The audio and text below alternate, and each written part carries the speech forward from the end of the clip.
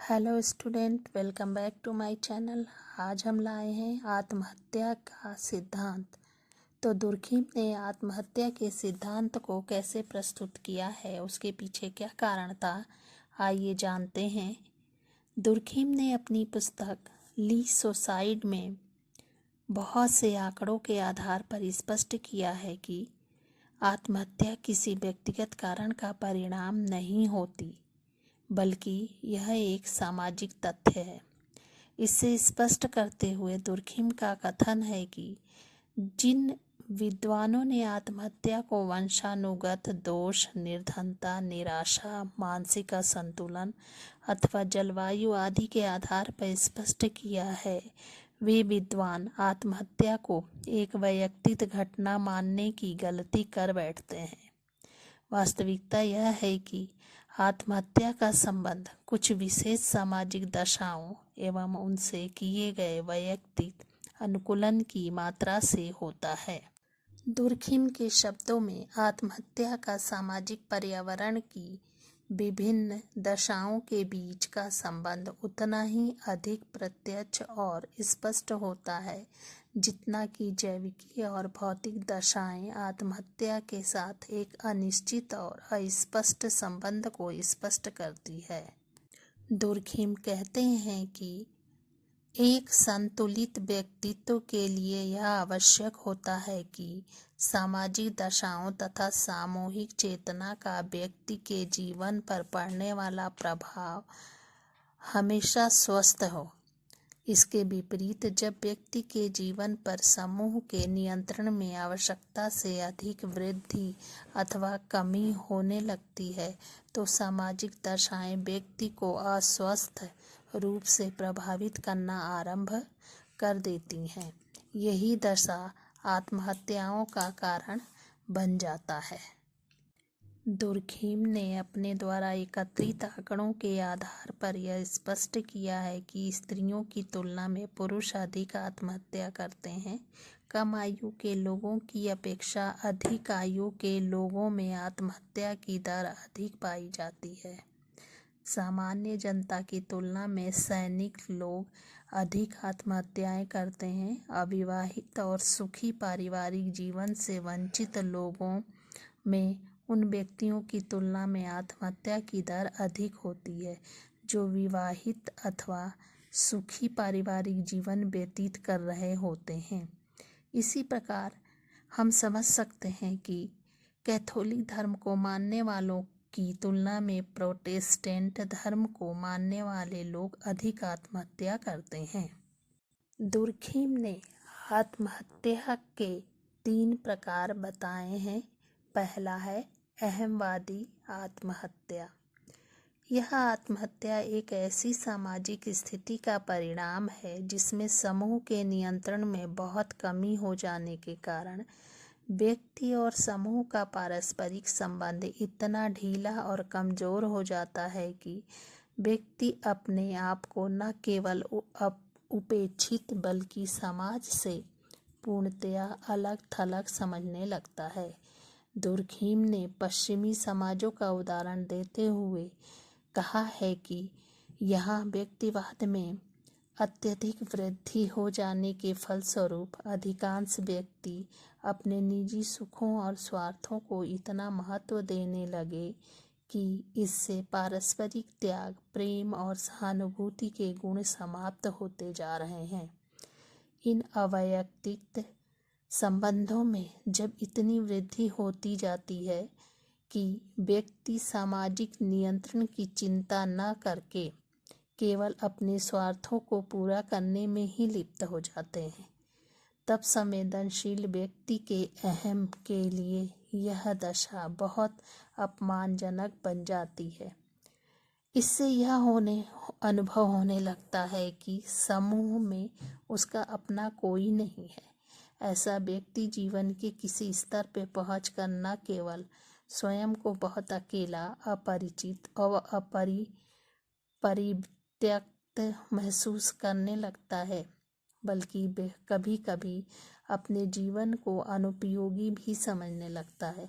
आत्महत्या इसी स्थिति का स्वाभाविक परिणाम है।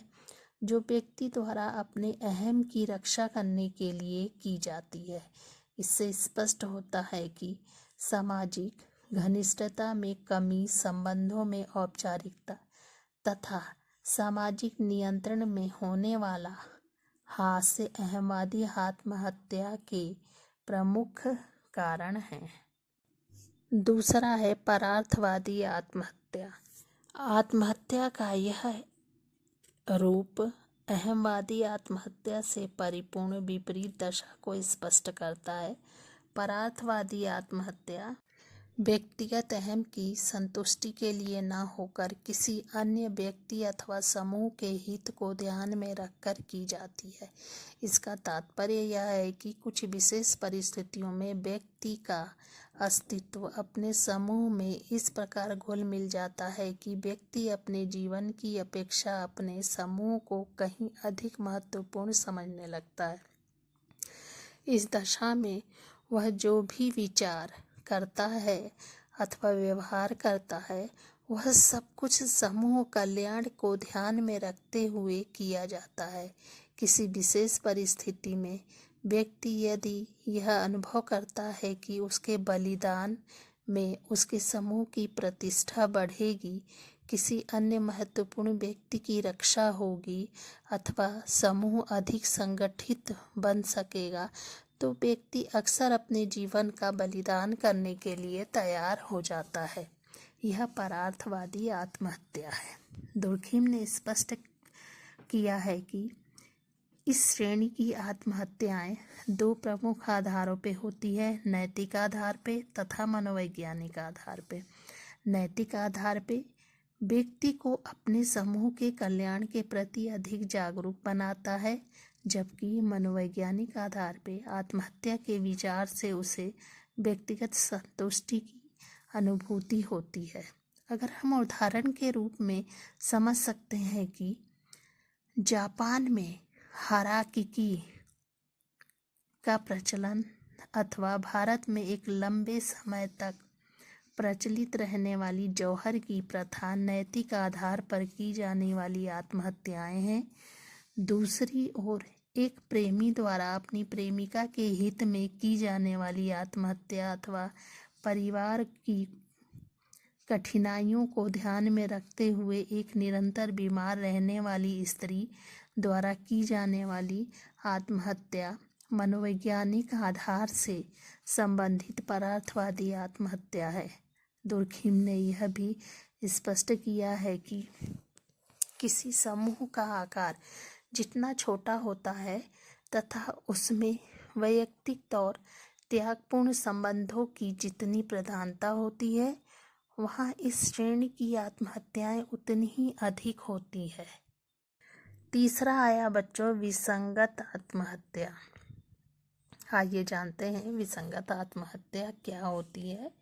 आत्महत्या का यह प्रकार समाज की उस दशा से संबंधित है जिसे दुर्खिम ने विसंगति अथवा अप्रतिमानता कहा है। विसंगति को परिभाषित करते हुए दुर्खिम ने लिखा है कि विसंगति आदर्श नियमों की समाप्ति की दशा है, एक सामान्य शून्यता नियमों का निलंबन है तथा यह एक ऐसी स्थिति है जिसे हम अक्सर नियम विहीनता कहते हैं। इसका तात्पर्य है कि जब किन्हीं आकस्मिक दशाओं के फलस्वरूप समाज का संगठन तथा उसका नैतिक संतुलन बिगड़ जाता है और व्यक्ति इन बदली हुई दशाओं से सामंजस्य स्थापित नहीं कर पाते, तब यह दशा विसंगति की दशा होती है। यही कारण है कि इस स्थिति में की जाने वाली आत्महत्या को हम विसंगतिपूर्ण अथवा नियमहीनता से उत्पन्न आत्महत्या कहते हैं। आत्महत्या के इस रूप को स्पष्ट करते हुए सोरोकिन ने लिखा है कि जब किसी समाज के मूल्यों और आदर्श नियमों की व्यवस्था को आघात पहुंचता है तथा वह छिन्न भिन्न हो जाता है, तो विसंगत आत्महत्या की दर स्वयं ही ऊपर की ओर उठने लगती है। उदाहरण के तौर पर हम समझ सकते हैं कि किसी समाज में आर्थिक संकट की दशा उत्पन्न हो जाने पर अथवा तीव्र राजनीतिक उथल पुथल होने की दशा में समाज में न केवल आदर्श नियमों का प्रभाव समाप्त होने लगता है, बल्कि बहुत से व्यक्ति अपने जीवन में एक शून्यता महसूस करने लगते हैं। इसका स्वाभाविक परिणाम बहुत से व्यक्तियों द्वारा की जाने वाली आत्महत्या के रूप में देखने को मिलता है। भारत में सन 1990 में आरक्षण की नीति को लेकर जिस अप्रतिमानता को प्रोत्साहन मिला, उससे संबंधित एक बड़ी संख्या में होने वाली आत्महत्याएं विसंगत आत्महत्या की दशा को स्पष्ट करती है। दुर्खीम ने आत्महत्या को एक सामाजिक घटना मानकर सामाजिक दशाओं के संदर्भ में ही आत्महत्या की प्रकृति तथा दर को स्पष्ट करने का प्रयत्न किया है। इसमें कोई संदेह नहीं है कि दुर्खीम ने आत्महत्या की गतिशील प्रकृति को स्पष्ट करने तथा इसे सामाजिक दशाओं का परिणाम सिद्ध करके समाजशास्त्रीय चिंतन में एक महत्वपूर्ण योगदान दिया है। लेकिन कुछ आधारों पर दुर्खीम ने आत्महत्या के सिद्धांत की आलोचना भी की है। एरो ने लिखा है कि दुर्खीम के इस सिद्धांत का सबसे बड़ा दोष यह है कि उन्होंने आत्महत्या की विवेचना में सामाजिक कारकों के प्रभाव पर आवश्यकता से अधिक बल दिया है।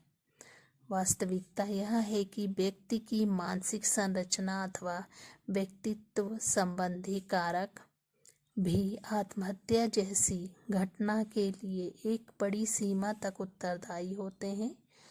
दुर्खीम ने इस तथ्य की पूर्णतया अवहेलना कर दी, जिसके फलस्वरूप उनके विचार एक पक्षीय प्रतीत होने लगते हैं।